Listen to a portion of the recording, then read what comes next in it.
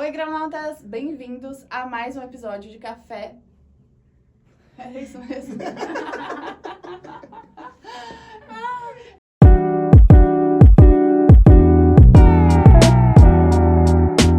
Oi, granautas! Bem-vindos a mais um episódio de Café com CS Cash.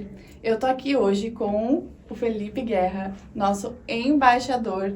Tô muito feliz que ele tá aqui agora em Joinville também, morando aqui, então a gente pode ter essa conversa pessoalmente. Então, Felipe, bem-vindo. Obrigada por aceitar nosso convite. Como se você tivesse escolha, né? No caso, E, assim, né? A gente já te conhece, o pessoal também já te conhece porque você é embaixador, mas conta um pouquinho sobre você, sobre a tua experiência e o que você tá fazendo de bom aqui em Joinville agora. Bom demais, bom demais. Obrigado pelo convite, Glória. Salve, embaixadores. É bom demais estar aqui e poder estar presencial aqui contigo também, nesse projeto maravilhoso aí que vocês estão lançando. Cara, eu tô atuando com Customer Success desde 2016, quando pouco se falava sobre isso no Brasil e não se sabia muito direito o que era isso, nem eu mesmo sabia direito o que era, mas estava ali tentando. Trabalhei 5 anos numa startup em Floripa, uma EdTech, com isso. Fui de analista a head, então foi uma jornada maravilhosa. Saí dali para trabalhar na Bossa Box, para um modelo de negócio completamente diferente, mais focado em gestão de grandes contas, uma função mais de account manager. Ali realmente foi uma escola para entender como lidar, como navegar nesse universo de gestão de grandes contas e clientes enterprise, né? E hoje eu me mudei para Joinville, inclusive, para atuar como head de CS na Motorista PX, que é uma empresa que basicamente o objetivo é resolver o problema de escassez de prestadores de serviço qualificados na área da logística e devolver o brilho no olho, principalmente dos motoristas de caminhão, que basicamente é o que movem, né, a logística aqui no Brasil. Estamos com vagas abertas, inclusive, depois podem procurar a Glória, procurar o pessoal da comunidade, que depois a gente manda os links ali. Sim, a gente bota lá no Copa das Vagas, boa. Boa. Que legal. E bom saber da tua jornada, e realmente hoje o que a gente vai falar tem tudo a ver com isso, né? Gerenciamento de grandes contas. Eu gosto muito desse modelo de atendimento, para ser sincera, é um dos que eu mais tenho experiência. No último episódio a gente falou um pouco sobre Low e Tech, e eu aprendi muito porque eu não tenho muita experiência. Agora, grandes contas, eu já me sinto um pouco mais confortável, mas ao mesmo tempo é um super desafio, né? Então, até queria começar te perguntando, assim, essa questão de perfil, né? Porque nem todo mundo é para todo modelo, né? Eu prefiro um pouco mais high touch, tem gente que prefere low. Como que tu vê, assim, o perfil da pessoa que trabalha com grandes contas? Boa. Cara, obviamente que vai depender muito do modelo de negócio em si, né? Então, uma pessoa com uma pegada mais analítica, ela pode até funcionar numa gestão de grandes contas, desde que o produto lide com stakeholders de um perfil semelhante, né? Mas, via de regra, é uma pegada assim mais comercial, uma pessoa que saiba se vender, se portar muito bem como um consultor, uma pegada mais estratégica, alguém que goste de ensinar. Eu acho que esse é um ponto sempre muito importante, porque quem lida com grandes contas precisa saber vender soluções, né? Não produtos, não serviços. Então, para isso, a gente precisa constantemente estar compartilhando conhecimento e aprendizado para os nossos clientes. Eu acho que isso é um ponto muito importante sobre o perfil, uma pessoa para trabalhar com grandes contas, né? Esse perfil mais professoral também. É verdade, esse perfil mais consultor, assim, né? De passar essa autoridade, eu percebo isso. Porque como são grandes contas, tem essa expectativa sobre quem está cuidando ali de um projeto que geralmente é um projeto maior, né? Exato. Um dos maiores da empresa, né? Lógico. Exato. E até falando um pouquinho sobre isso, sempre gosto de falar da parte de segmentação um pouco também. Como que tu vê isso? Como que a empresa pode identificar, assim, as contas que vai olhar de forma mais próxima? Claro que, no geral, o ticket médio vai ser uma grande parte, mas como que tu vê, assim, que pode ser essa questão até de contas estratégicas, né? Legal. Aqui eu tenho um lugar de fala, porque eu já segmentei muito errado na minha vida também, até achar que encontrei um modelo, assim. Eu acho que a gente segmentar por faturamento pode nos enviesar, porque, assim, já aconteceu N cenários em diferentes empresas que eu trabalhei, que clientes muito grandes, muito expressivos, logos muito importantes, começaram um projeto com a gente para fazer um piloto. Então, se eu for olhar só o faturamento de um cliente desse porte, eu vou procurar fornecer experiência para essa empresa de acordo com o faturamento que ela está deixando na mesa para mim. Quando, na realidade, se eu quero expandir minha operação com esse tipo de empresa, eu tenho que olhar para a experiência que ela está tentando ter comigo através desse piloto. Né? Então, o potencial que essa empresa tem para deixar comigo. E aí, N indicadores a gente pode utilizar, que é meio que um proxy para isso. Por exemplo, cara, quantidade de funcionários pode ter uma relação direta. No nosso caso, na motorista PX, a gente leva em consideração o tamanho de frota, né, das transportadoras. A quantidade de motores que cada transportadora tem é um proxy para o porte que aquela empresa tem. Quantidade de funcionários, no nosso caso, também funciona. Então, isso fala muito mais sobre o potencial que aquela empresa tem do que necessariamente sobre o que ela está deixando de dinheiro na mesa. Porque o grande ponto de gestão de grandes contas eu, sei lá, vou lidar com um cliente realmente enterprise e atuação global, uma multinacional. Todo mundo, a todo momento, está tentando oferecer algum produto ou serviço para as pessoas dessa empresa. Por que ela me escolheu? E ela está acostumada a ter uma experiência que parte daqui. Então, eu não posso oferecer uma experiência que parte daqui, porque, do contrário, eu não vou conseguir ter um projeto, uma operação perene com essa empresa, né? Então, eu acho que esse é o grande ponto, assim, para fazer uma carteirização, distribuição dos clientes para a carteira de CS, acho que até tudo bem eu levar em consideração o faturamento, seja ele mensal ou anual.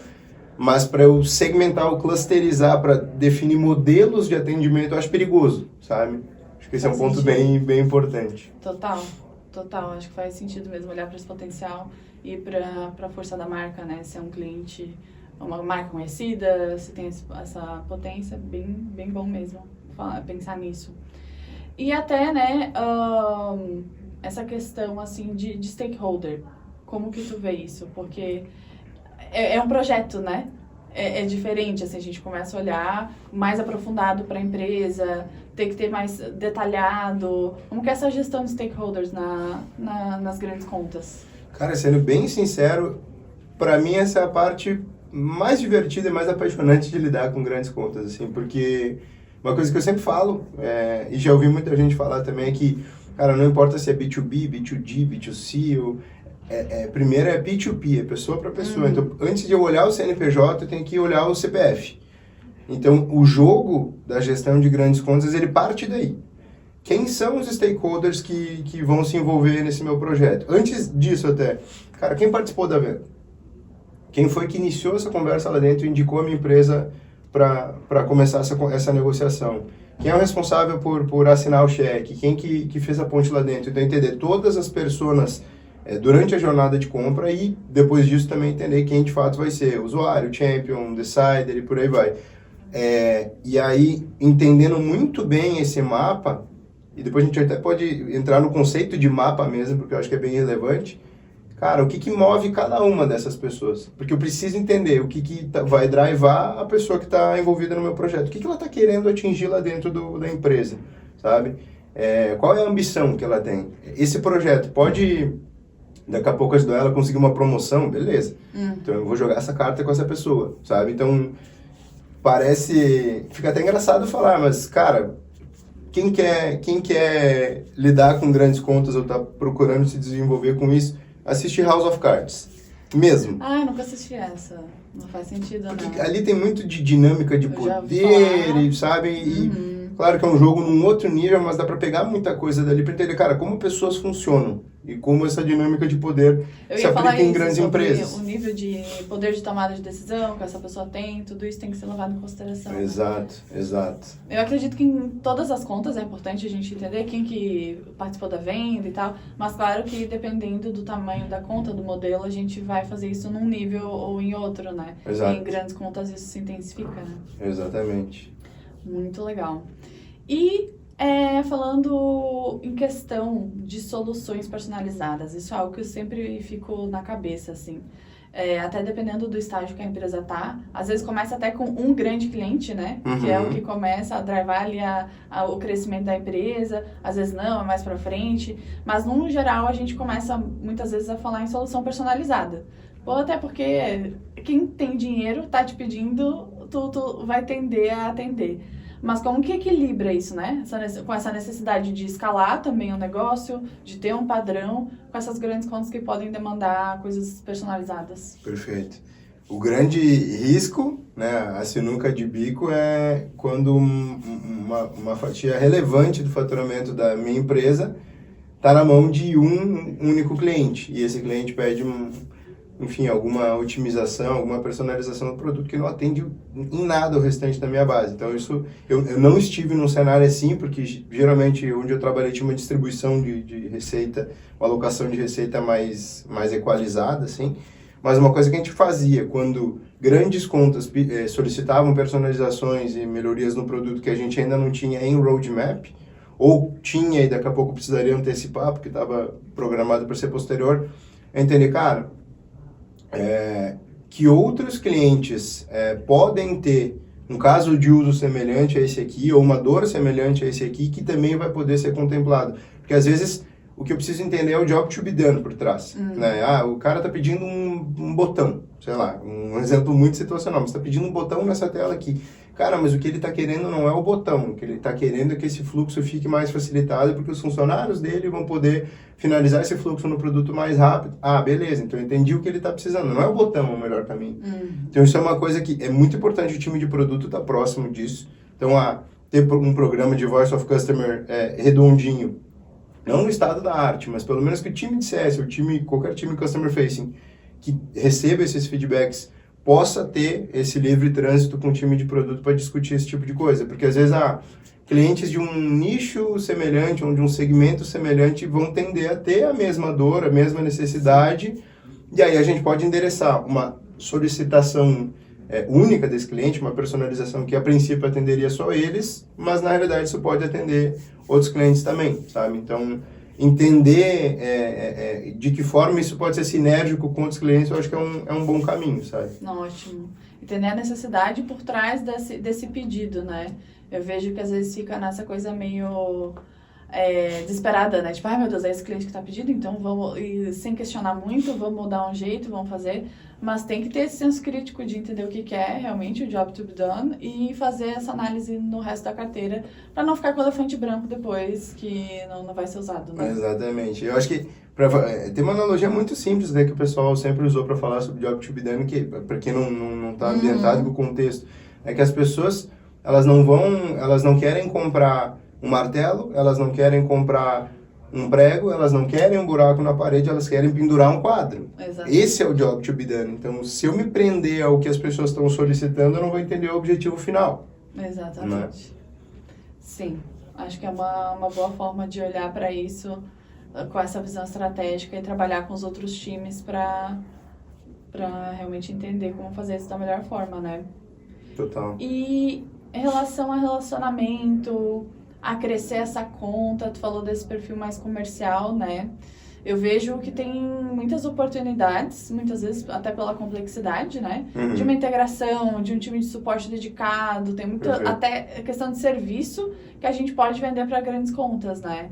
Como que tu vê esse trabalho mais comercial? Boa. Cara, assim, o que eu gosto de pensar que para eu poder construir um relacionamento com stakeholders importantes de uma empresa que é um key account, é um enterprise dentro da empresa que eu atuo, eu preciso construir uma autoridade. E essa autoridade vai vir, de eu ter muito contexto sobre o meu negócio e o mercado de atuação do meu modelo de negócio, e 2, um interesse genuíno e muito contexto sobre o negócio do meu cliente, né? Para que dessa forma eu consiga levar a nossa relação a um ponto onde eu seja consultado pelo meu cliente para que ele possa tomar as decisões dele. Esse é o estado da arte do relacionamento que a gente quer construir. Sim. Né? Então, com isso, cara, que tipo de conteúdo eu posso compartilhar? Cara, quais são os desafios que o meu cliente está enfrentando no dia a dia dele, que não necessariamente tem relação com o meu produto ou serviço, mas daqui a pouco, pô, meu time pode ministrar um workshop, presencial ou não, para ajudar a resolver esse problema. Porque é muito bom, é meio chato de falar isso, mas é muito bom quando alguém deve alguma coisa pra gente. Sim. Né? Eu não vou cobrar, mas vai estar na mente da pessoa, sabe? Então, esse é um ponto muito, muito interessante, assim, isso é uma coisa que a gente sempre fazia, principalmente na última experiência ali, a gente tinha um workshop de uma série de coisas, workshops, treinamentos, imersões, então, que não necessariamente tinham relação com o produto que a gente vendia. Só que a gente levava o relacionamento para um próximo nível e a gente passava realmente a ser autoridade naquele assunto de desenvolvimento de produtos digitais, né?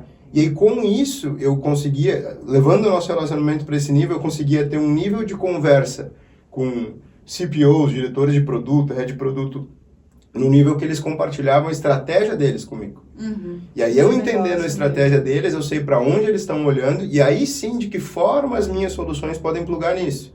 Eu entender as OKRs do meu cliente, eu sei para onde ele está mirando. Como é que eu consigo ajudar ele a chegar mais rápido onde ele está mirando. Né? Então, eu acho que muitas operações falham quando tentam entender como plugar as suas soluções, ignorando esse contexto do cliente. Cara, existe um planejamento estratégico por trás.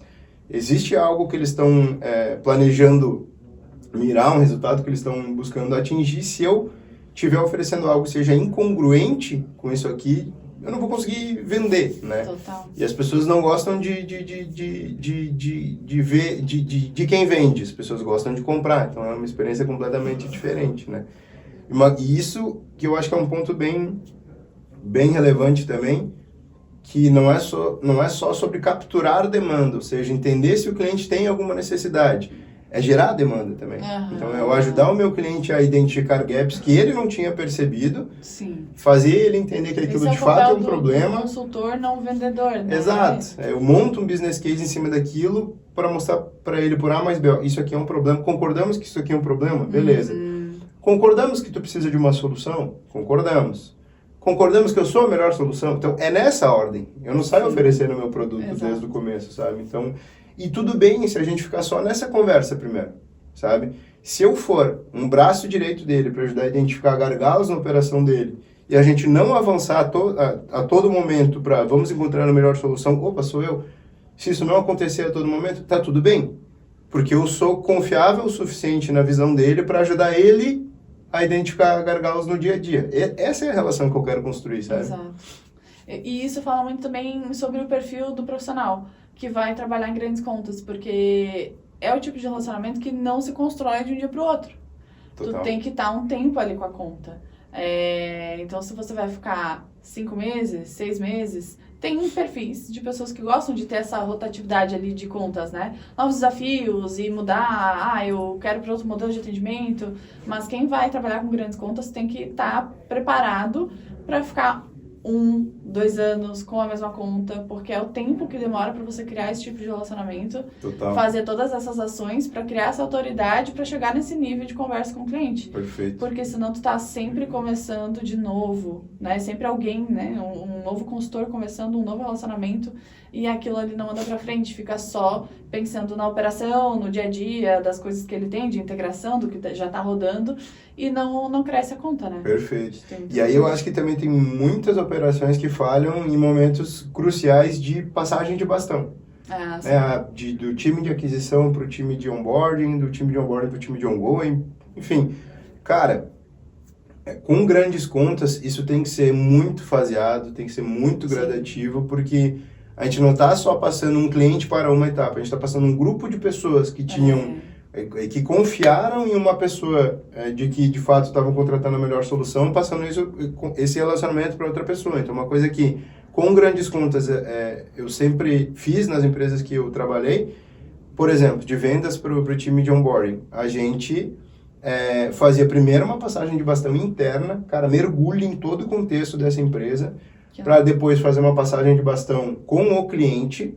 Então, a gente apresenta as pessoas mais importantes, o vendedor e o account manager, o CS, dentro dessa reunião também. E só depois a gente faz um kickoff de fato, com os primeiros minutos tendo o vendedor junto também, sabe? Então, é crucial que isso aconteça lisinho, assim, sabe? Começa muito antes, muitas vezes, do momento de fechar o negócio, né? Total. Já se tá estudando sobre aquela conta e gera uma expectativa, né? Quem já trabalhou em empresas que tá esperando grandes clientes assim, fica aquela coisa, vai entrar, não vai entrar, as negociações estão acontecendo, demora, é uma venda complexa. B2B por si só já é uma venda complexa, mas com grandes contas é mais ainda. Total. Então é importante mesmo esse processo, né? E é um comportamento que se repete. O ciclo de vendas ele é maior em times de aquisição e da mesma forma num pós-venda. Então, digamos que eu tenha alguns produtos ou serviços que eu possa expandir dentro do meu cliente. Cara, o ciclo de venda e a taxa de conversão que acontece no pipe de vendas vai se repetir no pipe de expansão. É o mesmo buying center, é o mesmo processo. A tomada de decisão ela é muito mais morosa numa empresa com... E mais burocrático. Exatamente. Tudo, né? É isso. Mais processos. E aí tem um ponto que eu acho que é bem relevante também a gente ressaltar, que, assim, por mais a gente quer que, cara, o account manager ou o CS responsável por aquela conta seja, assim, o estado da arte, o melhor profissional possível, mas a gente também não quer desenvolver um super-herói para que, cara, não, o que segura esse cliente dentro da minha empresa é o CS. E isso é extremamente perigoso, porque... Onde ele for, eu vou. Começa a criar essa mentalidade. Isso, né? E aí assim, ou eu perco... eu gosto muito das analogias que o Iaco da Winnie by Design faz, mas imagina que eu tenho do lado do cliente uma pessoa e do lado da minha empresa o CS responsável. Se um ônibus, enfim, passar por cima de uma dessas pessoas, acabou acabou o relacionamento, né? Então, cara, um 3x3, que até ele fala assim... O ideal mesmo é eu ter de 3 a 5 pessoas do lado do cliente, tendo relacionamento com pelo menos 3 a 5 pessoas do lado da empresa, né? Então, isso fica a dica para gestores também, porque eu acho que é uma coisa que a própria empresa tem que fomentar. Que é, cara, daqui a pouco um diretor importante de um cliente nosso, cara, eu conectar o meu diretor de tecnologia com eles e fazer eles trocarem figurinha, eu fomentar o relacionamento diretor para diretor, head para head, isso é muito importante. Sabe? Porque uma relação 1 para 1 ela é muito frágil, muito perigosa, sabe? Total, e até para não pesar tanto pro CSM, né? Também. Porque eu vejo que às vezes o CS de contas grandes, ele sofre. Porque tem muita coisa envolvida, é muita pressão, é um cliente grande que representa uma grande porcentagem de receita e é aquela coisa louca, um monte de coisa rolando, ele tem trabalho como se fosse não sei quantas contas, né? Tipo, e é só uma no fim. Tenho várias amigas, assim, que trabalham com contas grandes e é sofrido. Então é bom porque é importante que seja um time cuidando dessa conta. E aí entra o papel do CS também como gestor de projeto. Então, ele não é a pessoa necessariamente que vai fazer tudo, que ele vai resolver o problema desse cliente e fazer, né, efetivamente, mas ele sim é a pessoa que vai ser accountable, vai ter a responsabilidade de saber o que está acontecendo, de puxar todo mundo para resolver isso, e, enfim, e gerir como um projeto mesmo. Perfeito. Isso é uma outra coisa do perfil de quem cuida de contas grandes, né? Tu levantou um ponto muito, muito, muito relevante, porque... Em operações maduras, a empresa, inclusive, dedica profissionais de outros times ou áreas para atender exclusivamente grandes contas. Então, por exemplo, eu tenho uma squad de grandes contas. E eu vejo realmente o CS ou Account Manager que lida com o mercado enterprise como um squad leader. Então, ele não é o dono da solução que vai ser levada, mas ele é a pessoa responsável por... garantir que todos os recursos necessários dentro da empresa vão ser utilizados e estar alinhados para atender melhor aquele cliente. Então, quando que eu posso acionar o time de marketing para atender tal necessidade do cliente? Ele não vai fazer as coisas que o marketing faz, mas ele vai fomentar esse movimento dentro da empresa, né? Então, ele é um squad leader, ele não está sempre na linha de frente. Exato. Na maior parte do tempo, sim. Mas ele representa o cliente da porta para dentro e consegue melhor utilizar os recursos, assim. Exatamente. E a gente já falou de muita coisa aqui, de muito desafio, muita oportunidade. Quais são os maiores desafios, assim? Pode ser, né, o que a gente já falou, enfim, alguma coisa nova. Como que tu vê isso, assim, sendo mais crítico nesse tipo de conta? Cara, eu acho que, assim, todos os maiores problemas que eu já lidei com grandes contas envolvem mudança de stakeholder. Mas, assim, os maiores pepinos sempre foram relacionados com isso. Por quê? Principalmente quando era projetos grandes, assim, tinha, enfim, empresas que eu trabalhei que às vezes o ticket médio era 150, 180 mil reais, então eram projetos muito robustos, que tinham um nível de escrutínio muito grande, inclusive da diretoria, do lado do cliente, e do lado o diretor que trouxe a nossa empresa para dentro da companhia, saiu, foi saído, enfim, e aí vem um outro diretor, e aí geralmente o que acontece? Principalmente se vem alguém de fora, a tendência é que essa pessoa queira mostrar resultado, né? Sim. E ela vai querer se cercar dos recursos que ela confia, né? Ou pelo menos não seguir os mesmos passos que aquela pessoa que foi demitida seguiu, porque ela vai querer se proteger. E aí a gente passa a se tornar uma ameaça para essa pessoa e precisa, de alguma forma, aos 48 do segundo tempo, porque o tempo está passando, daqui a pouco vem algum e-mail para começar a cumprir o aviso prévio, a gente precisa ganhar a confiança dessa pessoa, sabe? Então é um cenário caótico, sala de guerra, uma semana, ninguém dorme, então, sabe, os maiores desafios sempre foram esses. Um ponto, assim, que também sempre representou um risco muito grande é quando a gente quebrava a expectativa de stakeholders importantes. E esse ponto eu sei que é para esse balela falar sobre isso, porque muito se fala sobre alinhamento de expectativa, mas com grandes contas é especialmente importante, assim. Tem clientes... Tem uma memória... Exato. É absurdo, né? Isso, assim, é tudo sobre confiança, construção de autoridade e confiança. A partir do momento que tu quebra essa confiança que tu está tentando construir, tem pessoas que tu não consegue resgatar mais, sabe? Então, assim, pode ser que tu entenda que tu consegue entregar aqui. Então, tu sabe que a tua capacidade de entrega é aqui. Cara, a expectativa que tu vai criar com o cliente é aqui. Para que tu possa ter uma margem para superar essa expectativa sempre, sabe? Então, e aí, toda empresa tem que estar envolvida em reverter cenários assim. Se o problema daqui a pouco for o profissional e tiver à disposição outros profissionais igualmente, cara, às vezes, o Felipe fez alguma besteira ali com algum cliente, cara, a gente joga o Felipe embaixo do ônibus e traz um outro profissional aqui do lado e a gente só... sabe? Em nome da empresa, a gente fazia esse movimento, assim, sabe? Porque esse é o jogo, é diferente. Sim. E principalmente essa questão de expectativa quando tá se falando de novas soluções, né? Porque eu vejo que grandes contas rola muito piloto. Então já tá rodando uma coisa legal, vamos ver então uma solução nova, que eles muitas vezes vem a demanda dessa própria empresa, vê uma oportunidade, aí vai rodar um MVP, alguma coisa... E aí é uma super responsabilidade, né? Porque é um cliente que tu está querendo provar, enfim, é tudo muito novo. E é nesses momentos também que tem que cuidar com essa expectativa, assim. Total. E tanto que, cara, às vezes tem coisas que teu produto não entrega por conta, né? O time de produto e tecnologia tá por aqui já de demandas e, né, o backlog saturado, mas o teu cliente precisaria de uma visualização de alguns dados. Cara, às vezes o que eu fazia com o meu time, né, na primeira experiência ali, a gente tem acesso ao banco, a gente vai coletar essas informações e a gente vai, uma vez por semana, tabular isso e compartilhar como um status report para ele. Não está dentro do produto? Não está. É a solução definitiva? Não é. Mas entrega o que ele está precisando, que é visibilidade, sabe?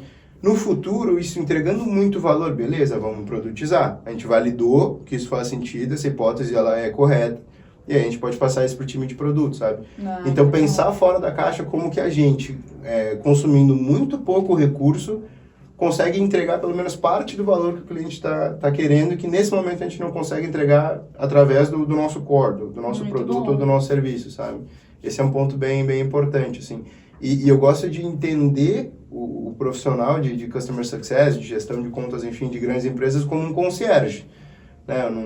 Por exemplo, quando tu tem um cartão Black, tu vai fazer uma viagem, né? Tu tem um serviço de concierge lá, né? Eu vou para Itália. Ele pode, inclusive, agendar diárias para ti, oferecer as melhores opções de restaurantes, enfim, ele faz toda uma curadoria para que aquela experiência dentro da viagem seja espetacular. Só pelo fato de tu fazer parte daquele clubinho de quem tem aquele cartão. Sim. Eu gosto de enxergar o cliente enterprise, né? Como alguém que também está buscando essa experiência. Então, o profissional de customer face, né, o profissional de customer success, com esse perfil de cliente, também tem que ter esse viés de servir, sabe? De ser um concierge, de oferecer experiências personalizadas exatamente super adequadas àquilo que ele está esperando receber, sabe? De ver essas oportunidades para entregar isso, né? Exato. E que pode retroalimentar a empresa com oportunidades de MVP e tudo, eu acho isso bem legal. Muito bom. E falando um pouquinho de métricas, sempre bom falar um pouquinho disso, né? Principais KPIs, métricas que acompanha, é muito diferente de outros tipos de conta. O que olha? Boa. Cara, assim, em termos de métricas top line mesmo, faturamento, etc., a gente não tinha uma variação muito grande, né? Obviamente que o peso de um logo churn, quando eu estou falando de enterprise, ele é completamente diferente, porque se eu posso, é um cliente grande, um cliente pequeno, beleza, eu pedi um só, eu perdi um só. Só que a receita, daqui a pouco esse cliente é 10% do meu faturamento. Então, tinha essas nuances. Só que olhando mais no micro de cada um dos clientes, uma coisa que a gente sempre gostava de fazer, mas é um nível de escrutínio muito grande. Imagina que a gente desenhava ali dentro do account map de cada uma dessas contas, um mapa, um organograma de todas as pessoas envolvidas, meio que uma dinâmica de poder entre elas, e entendia quais pessoas a gente já tinha relacionamento ou não. E aí criava um score de penetração dentro dessas contas. E a gente entendeu isso como um proxy de resultado, inclusive, porque as contas que a gente melhor tinha resultados financeiros de expansão e retenção eram contas que esse indicador de relacionamento estava mais alto. Então, quanto maior a penetração que a gente tinha de relacionamento dentro do mapa que a gente tinha, maior a probabilidade que a gente tinha de ter bons resultados. A gente entendeu, cara, a primeira coisa que a gente tem que correr atrás é relacionamento, a gente aproximar pessoas, resolver problemas das pessoas, depois naturalmente a gente consegue fazer o nosso trabalho, né? Isso é um ponto bem... Só que manter isso atualizado é um desafio. Pois é. Então eu vejo que é mais ou menos olhar para o que a gente já olha, num geral, em CS, só que com mais granularidade. Exato. E ir mais a fundo nisso, porque faz sentido. Porque assim, cara, eu tô falando de um cenário de lidar com 10 contas. Sabe? 10 contas. Então, tu vai conseguir fazer um trabalho desses e ter reuniões semanais em alguns clientes diárias. E, cara, tu vai precisar praticamente colocar o crachá do teu cliente e ser um funcionário dele. Sim. É nesse nível. Visita. Isso, mais isso, né? Então, esses pontos que eu tô falando, assim, de criar um account manager, a gente, inclusive, separava isso por áreas, iniciativas que a gente já sabia que cada uma dessas áreas estava tocando. O planejamento estratégico, a gente entendia quais eram as OKRs de cada um desses times, realmente era muito no detalhe, nessa última empresa que eu atuei. Só que isso, se o CS tiver muitas contas, que account, mas lida com 50, cara, vai ficar insustentável fazer um trabalho nesse nível, sabe? Ou mesmo que, às vezes, pode acontecer, 30% da minha carteira é key account e o resto é mid. Também não vai dar para aplicar essa mesma régua, sabe? Então, esse é um ponto que eu acho que é bem relevante também. Entendi. Muito bom. E agora? Tenho tanta pergunta aqui, porque esse assunto tem muita coisa para se falar sobre, né? Mas eu vou priorizar aqui, que o nosso tempo está chegando ao fim. Então, eu vou te perguntar em relação a tendências. Eu acho que essa pergunta é muito legal para esse momento que a gente está vivendo em CS, com IA, com transformação digital, tanta coisa acontecendo. Como é que fica que impacto na tua visão, assim, né, tem nesse approach mais humanizado, de estar ali mais com as pessoas no one-on-one? Como que isso tudo influencia em um momento em que tudo está muito digitalizado, né? Cara, é engraçado porque a maioria das grandes contas que eu atuei mais recentemente eram Big Corps, assim, né? Então, não vou citar nome de empresa aqui, mas eram empresas, cara, às vezes quase centenárias ou com décadas né? Então, é mais difícil que grandes tendências de inovação entrem rápido nessas empresas, né? Então, uma coisa que, assim, a gente testava antes de sair TLDV, Gong, enfim, essas ferramentas para gerar transcrição e resumo de reuniões. Antes disso, tá no hype.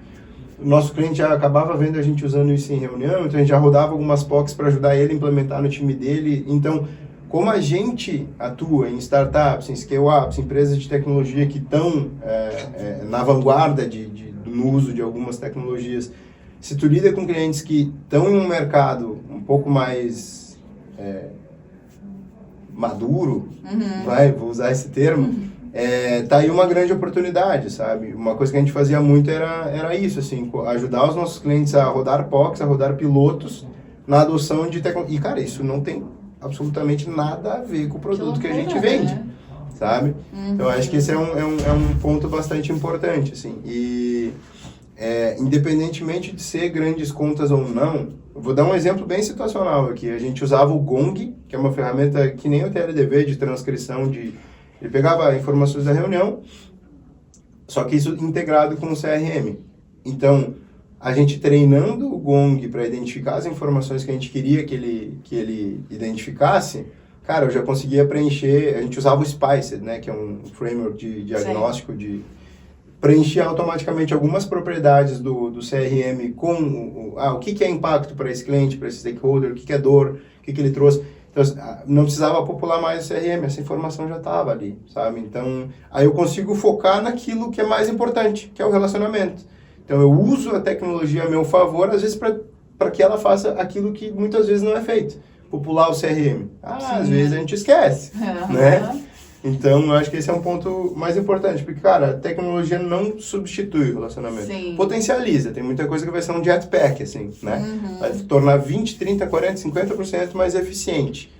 Mas, cara, uma pessoa com a skill certa para poder lidar com pessoas desse perfil, gestão cara... de conflito e gestão de expectativa e realmente saber Exato. se essa autoridade, se essa pessoa, né, faz sentido mesmo. Exatamente.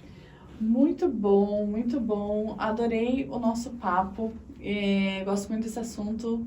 E a gente fala muito sobre isso no Café com CS, do CSM consultor de negócio. E, claro, tem algumas estratégias nesse nível que faz mais sentido para um mid-touch, para um high-touch, começa a tocar mais nesse sentido. Não que não dê para aplicar, né, em outros modelos de atendimento mais low, mais tech, mas cada modelo tem a sua necessidade, a sua particularidade. E, enfim, muito bom entender essa tua visão sobre tendências e coisas de tecnologia, porque eu acho que, no geral, é isso, é usar a nosso favor, né? Exatamente. Eu acho que para mim o que ficou foi isso, assim, a gente usar para aquilo que pode ser mais eficiente, mais operacionalizado e, enfim, fazer logo, né?